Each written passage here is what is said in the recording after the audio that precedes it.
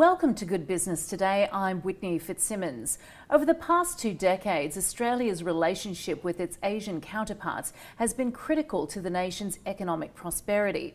To find out more about this, I'm joined by Kumar Parakala. Kumar Parakala, welcome to the program. Thank you, Whitney.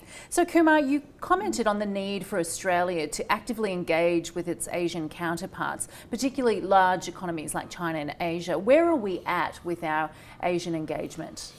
Whitney, there has been a lot of talk of Australia getting closer to Asia. In fact, we consider ourselves as a part of Asia.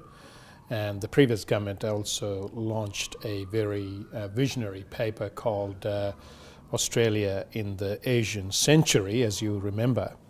But in spite of all the discussion and the talk, the results have been fairly mixed.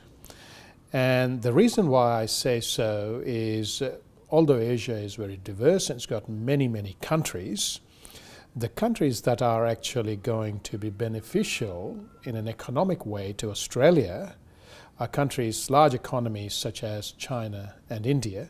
Of course, Japan is also fairly large, but it is not growing at the rate at which China and India are growing. So my assertion is China and India, because of their huge population, provides Australia with a great opportunity for growth and for our own economic well-being. I think we should ensure that we are making good progress in these markets going forward.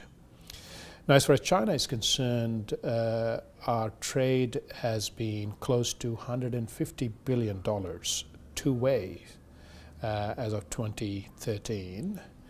Of which more than $100 billion is related to the resources that they buy from us, iron ore, coal, and liquid petroleum gas, and so on and so forth.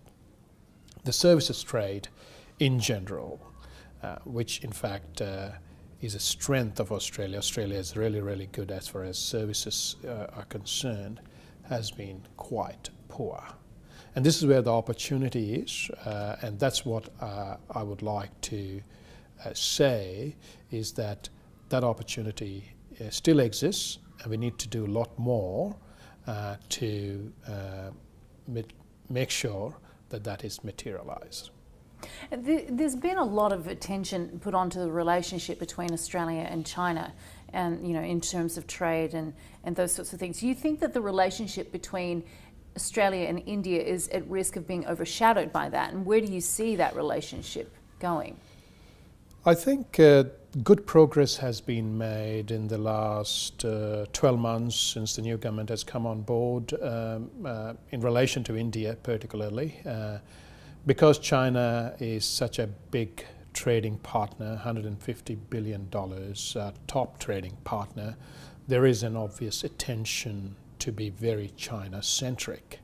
And for many, many years, even though there has been a recognition that India is important, it has not been in the forefront of our thinking.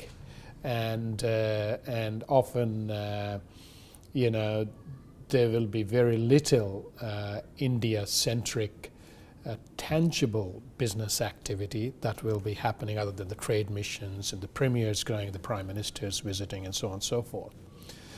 So India has not necessarily had the same level of success in terms of trade, and there is again a huge opportunity that one can tap into as far as India is concerned. Just to give you a bit of a context here, the two-way trade between Australia and China is close to $150 billion. The two-way trade between Australia and India is $13 billion. And the trade between Australia and China has been growing. In fact, it has doubled in the last 4 or 5 years. In relation to India, the trade has significantly reduced. It was close to $18 billion in 2008 and 9, and as of 2013, it is somewhere in the vicinity of $13 billion. So the promise that has not fully materialized yet. So we've been discussing Asia's potential growth for at least a decade.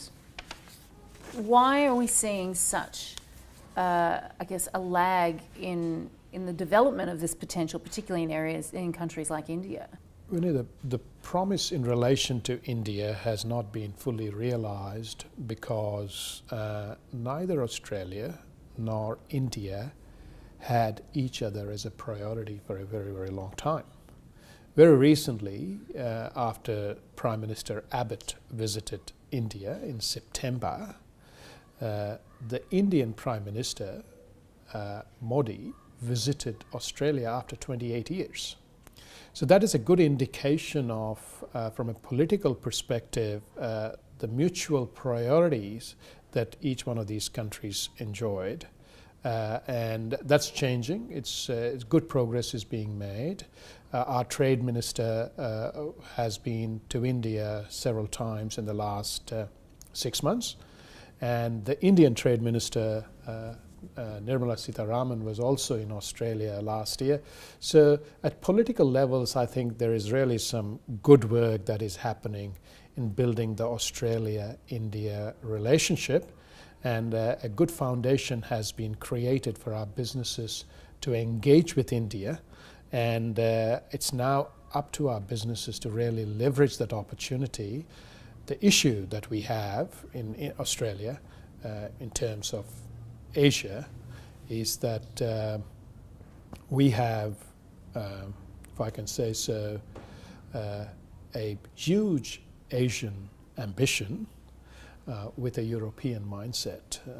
If you look at the morning television, Channel 9, Channel 7, we are very much obsessed with what happens in the royal family and so on and so forth.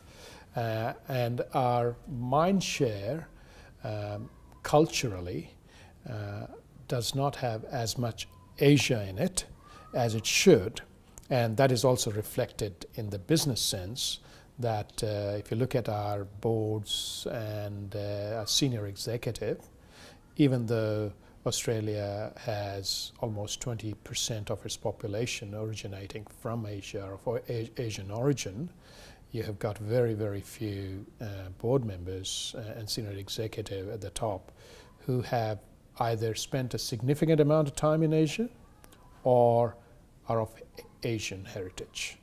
So from a business perspective, my view is that if we have to develop an Asian mindset so that we understand how to do business in Asia, then we need to take certain steps within our organizations back here in Australia, and those will determine our success going forward. So when you say Asian mindset, what do you mean by that? I mean, are you talking about, sort of speaking the language of the country, or are there other things? Are there other cultural aspects that you mean? Whitney, it is not at all the language issue. I was quite amused when Mandarin was being introduced in Australian schools as a second language to bridge the cultural gap. Well, it may be helpful, but just learning language is in no way going to help anyone do better business with Asia. And well, there are a lot of Australian business people that are successful over there that don't speak Mandarin. Absolutely, yes, absolutely. And it's completely, I worked in Asia very recently. I've been in Australia for 25 years, but I got an opportunity to work in Asia and live in Asia, live in India for 4 years. And I realized that the way the business happens there is fundamentally different to the way we conduct our business here.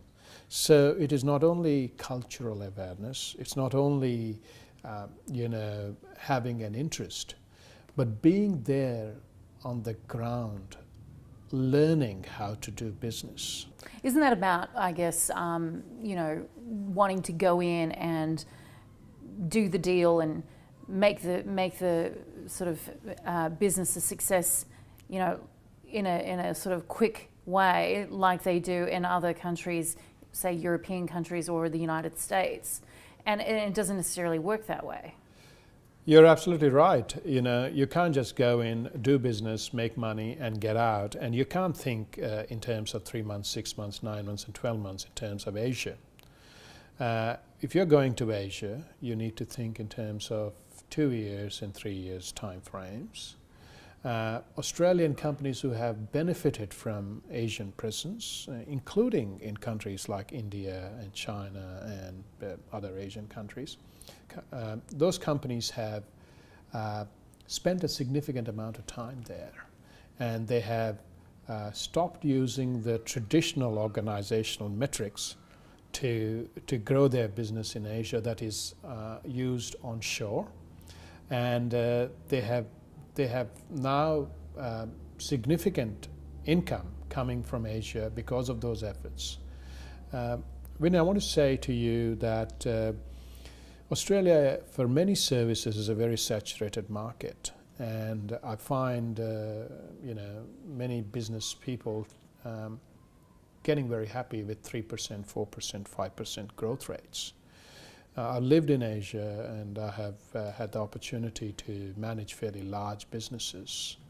30 to 40% growth is unthinkable in Australia, but it is very much possible in Asia.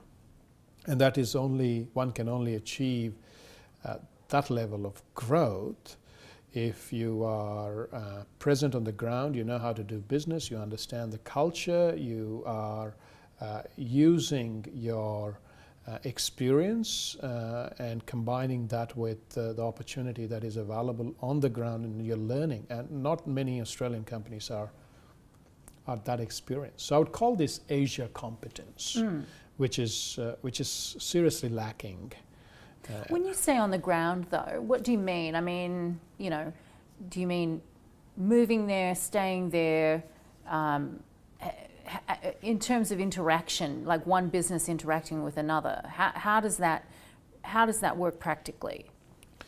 On the ground means I actually mean you want to make money from India, you want to make money in China, you want to make money in Malaysia, then relocate your people in a small way and Australians and make sure that they live there for a year or two.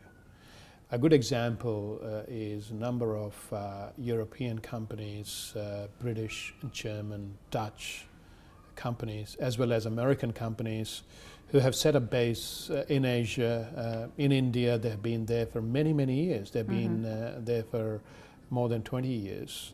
And they have learned how the market works, and they have benefited from that, and a significant value and revenue comes from their Indian operations or Asian operations now, because they have invested and they had the foresight and the vision to build their business in a strategic manner.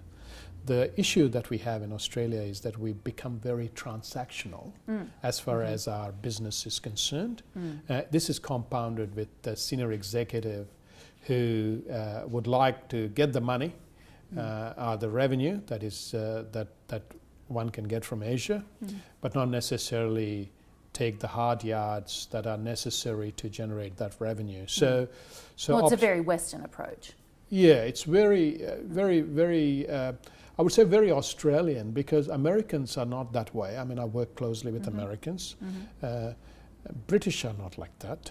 British would go into any market. They're all over Middle East. I mean, so it's very Australian. So Kumar, in your view, what are the most important things that business needs to consider when they're working in Asia? Whitney, in summary, I would like to say to create an Asia mindset, as I've mentioned, businesses need to seriously start thinking about strategic long-term return rather than tactical transactional return. The second thing that is very important is to get some on-the-ground experience. I think the boards and CEOs should hire more Asia-centric individuals in the executive at the senior level. The boards and CEOs must consider their ambitions and make sure that their internal talent pool has got the necessary skills. One of the assertions I make is the Asia competence in some of our listed companies is fairly limited. Again, you need that wisdom of people who have this experience, who have this wisdom, to be able to guide the boards and the CEOs in a manner in which risks are managed in Asia, because there are lots of risks of doing business there. So that's extremely important. I believe companies should join industry bodies like ACBC, Australia-China Business Council, or AIBC, Australia-India Business Council. And there are committed individuals who are doing a tremendous job driving these organizations, and the potential of these organizations is only limited by a lack of participation from large corporations who tend not to focus. So I think there is a need for large businesses to participate and then benefit through these industry bodies. And last but not least, I would say be ready to fail and learn from that experience. My motto has always been fail fast, succeed fast. And Asia is definitely a difficult market, but if you want to make money compared to a saturated market locally, then you need to be able to take those risks, be prepared, learn, and grow. I think that is the recipe for success. Kumar Parakala, thanks for speaking to us. Thank you, Whitney.